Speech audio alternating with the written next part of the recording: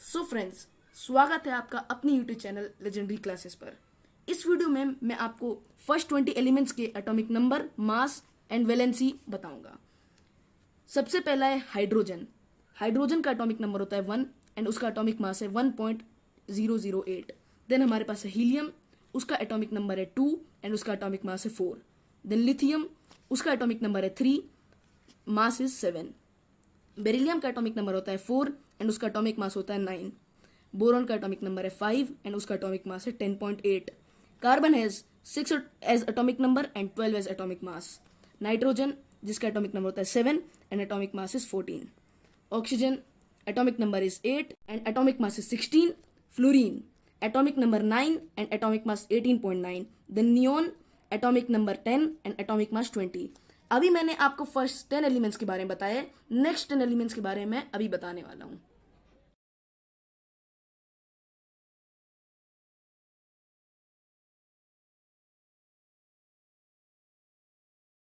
तो फ्रेंड्स, ये है हमारे अदर 10 एलिमेंट्स। पहला है सोडियम, एटॉमिक नंबर है 11, मास है 23। मैग्नीशियम, एटॉमिक नंबर 12, मास है 24।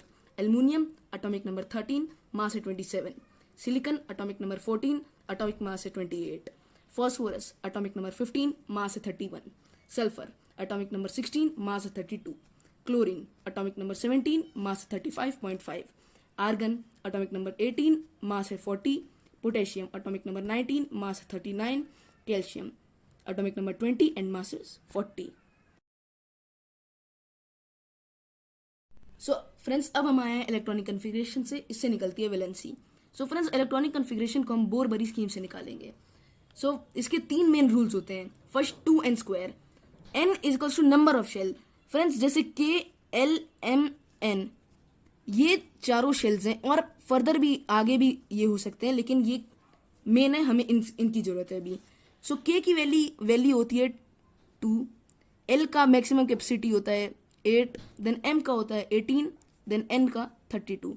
हम इसको कैसे निकालेंगे? हम निकालेंगे फ्रेंड्स, देखिए ये n, ये फर्स्ट शेल है, तो हम निकालेंगे k का value 2 into first square then 2, तो ये निकल गया k। देन 2 इंटू ये हमारा सेकेंड शेल है, तो 2 स्क्वायर, तो हमारा निकला k इज इक्वल्स टू 8।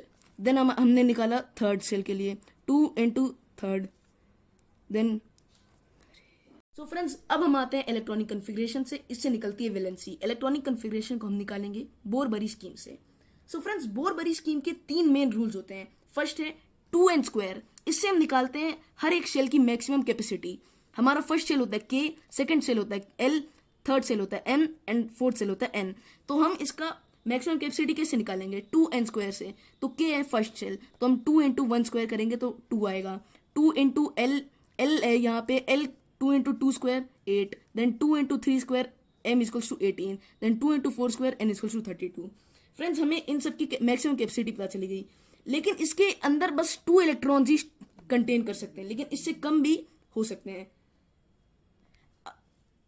अब सेकेंड रूल पर, तो इसमें क्या कह रहा है? We can't proceed further until first shell is filled. इसका मतलब क्या है? इसका मतलब ये है कि हम अगले शेल पे मूव नहीं कर सकते जब तक वो पहला शेल फिल नहीं हुआ है। इसका मतलब क्या है? इसका मतलब ये है कि मान लो अगर हमारे पास k और l है, तो जब तक k का मैक्सिमम कैपेसिटी फिल नहीं हो जाता तब तक हम l की तरफ मूव नहीं करेंगे। अब थर्ड रूल क्या कहता है? Outer shell can't have more than 8 electrons. इसका क्या मतलब है? इसका मतलब ये है कि आउटर शेल का कैपेसिटी जितना भी हो, मान लो आउटर शेल पे m है, उसकी कैपेसिटी 18 है, बट अगर वो आउटर शेल पे है तो वो 8 से ज्यादा इलेक्ट्रॉन्स कंटेन नहीं कर सकता। सो फ्रेंड्स, अब हम आते हैं इलेक्ट्रॉनिक कन्फिग्रेशन एंड वैलेंसी पर। तो सबसे पहले फॉर एग्जांपल सोडियम, उसका एटॉमिक नंबर है 11 और हमें उसको KLM शेल्स में फिट करना है। तो सबसे पहले k का मैक्सिमम कैपेसिटी होता है 2, तो हमने यहाँ 2 लिख दिया। देन l का मैक्सिमम कैपेसिटी होता है 8, हमने 8 लिख दिया।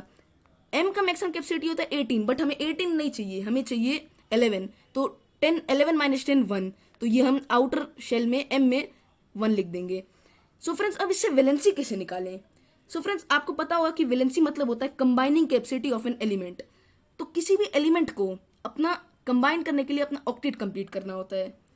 तो फ्रेंड्स, ये कैसे ऑक्टेट कंप्लीट करेगा अपना? या तो वो एक छोड़ देगा या तो एक गेन करेगा। सो फ्रेंड्स, अभी ये एक मेटल है तो मेटल मेनली लूज करते हैं इलेक्ट्रॉन्स, तो अगर ये लूज करेगा इलेक्ट्रॉन्स तो इसके यहाँ आउटर शेल में L8 आ जाएगा फ्रेंड्स, तो ये इसका वैलेंसी कितना हुआ 1, तो Na का वैलेंसी हो गया 1। देन फ्रेंड्स हम आगे और एग्जांपल देखते हैं। फॉर एग्जांपल क्लोरीन है हमारे पास, तो उसका एटॉमिक नंबर क्या है 17 है। देन हम उसको KLM शेल्स में फिट करते हैं, तो हम क्या लिखेंगे, पहले K का वैल्यू होता है 2, L का वैल्यू होता है 8, M का वैल्यू 18 है, बट हमें 18 नहीं चाहिए, हमें चाहिए 17, तो 17 माइनस 10 इक्वल्स टू 7। हम आउटर शेल पे 7 लिख देंगे। क्लोरीन एक नॉन मेटल है, तो वो इलेक्ट्रॉन्स गेन करेगा, तो ये 7 + 1 करेंगे, ये अगर 1 इलेक्ट्रॉन गेन करेगा तो इसका ऑक्टेट कंप्लीट हो जाएगा, तो इसका क्लोरीन का हो जाएगा 1। ये दोनों इसके वैलेंसी हो गए, वैलेंसी। सो फ्रेंड्स देखो कितना इजी मेथड है निकालना। हमें पहले इलेक्ट्रॉनिक कॉन्फ़िगरेशन निकालना है, आउटर शेल में देखना है कि कितने हैं, और उसको देखना है कि वो मेटल है या नॉन मेटल। अगर वो मेटल है तो उसको लूज करके उसका ऑक्टेट कंप्लीट कराना है, अगर वो नॉन मेटल है तो हमें उसको गेन करके उसका ऑक्टेट कंप्लीट कराना है।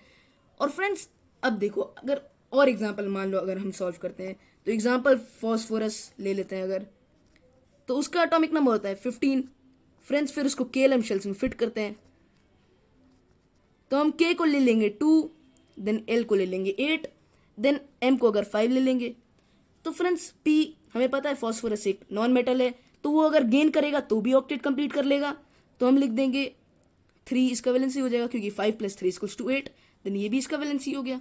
सो फ्रेंड्स देखो कितना इजी मेथड है इलेक्ट्रॉनिक कॉन्फ़िगरेशन निकालो जो बोरबरी स्कीम को पूरा सेटिस्फाई करता हो। इसमें क्या लिखा है, we can't proceed further until unless first shell is filled. हमने देखा फ्रेंड्स कि जब तक हमारा ये 2 मैक्सिमम कैपेसिटी नहीं हुआ, 8 मैक्सिमम कैपेसिटी नहीं हुआ, तब तक हम आगे नहीं बढ़े। और हमने ये भी देखा कि ना आउटर शेल 1, इसका आउटर शेल में है 1, ना ये 8 से ज़्यादा है, ना ये 8 से ज़्यादा है, ना ये 8 से ज़्यादा है। तो हमारा ये बोरबरी स्कीम पे आधारित हम इलेक्ट्रॉनिक कॉन्फ़िगरेशन एंड वैलेंसी निकाल सकते हैं।